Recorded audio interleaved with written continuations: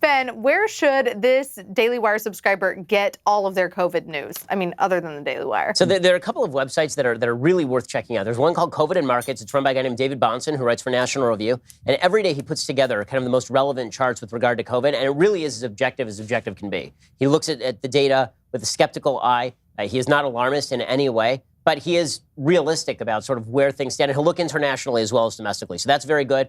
In terms of mainstream media, frankly, there's the Washington Post Health 202 blog is actually quite good and shockingly nonpartisan in a way that the rest of the newspaper just is not. The political pages cover COVID, which is insane. The political pages should not cover COVID. Only the health pages really should cover COVID because it's a health issue.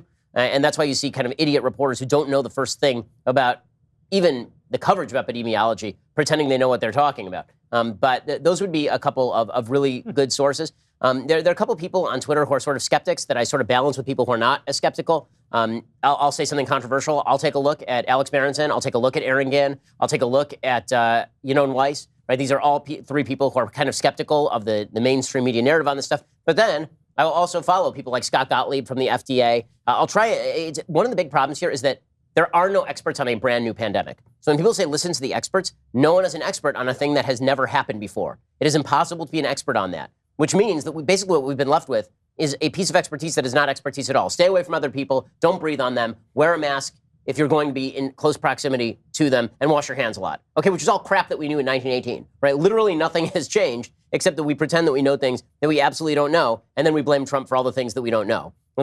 Trump is the god of the gaps for so many of these reporters. It really is amazing, right? They're constantly talking about religious people. Well, in the areas where science doesn't have an answer yet, you say, oh, there's where God is. Well, that's exactly what they do with Trump, right? Once the science has made clear that lockdowns may not have worked all that great, once the science makes clear that California does one thing and Massachusetts does another, New York does another, and Florida and Texas, they all do different things, and yet the result seems kind of similar, so we don't actually know what the hell is going on. Except in New York where everybody died. Well, yeah, that's different. That's because Andrew Cuomo is horrible. But the go-to is a god of the gaps. You don't know what's happening, Trump. Right? It's unbelievable, the religious fervor with which they dedicate their lives to sussing out the various doctrinal intricacies of Trump's mind, when, as we all know, it ain't that intricate, guys. So, it really is absurd. By the way, just a quick note on this. I know it's off topic. Have you been following Andrew Cuomo and his fascist quest to outlaw buffalo wings while making restaurants serve sandwiches?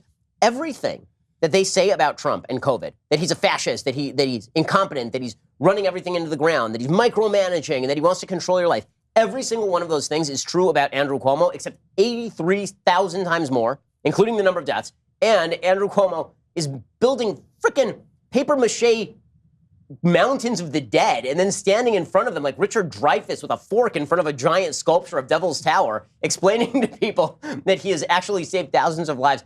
How that guy has a 60-70% approval rating in New York. I don't want to hear about how New Yorkers are smart anymore. I just don't. I'm not willing to hear it anymore. You've blown your opportunity to prove to me how smart you are by telling me that Andrew Cuomo is a good governor. Well, listen, and Bill de Blasio is a good mayor. What the hell is wrong? Right. Come on. 2 months ago, California has taken COVID more seriously than many places.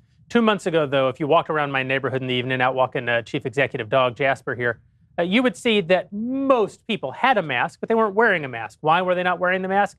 Because they were outside and it was 90 degrees and they were walking.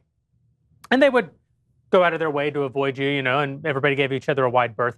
Today, you walk out on the streets, everyone is wearing a mask. Why? What's the reason? The reason is the same. The answer is the same as why Cuomo has a 65% approval rating.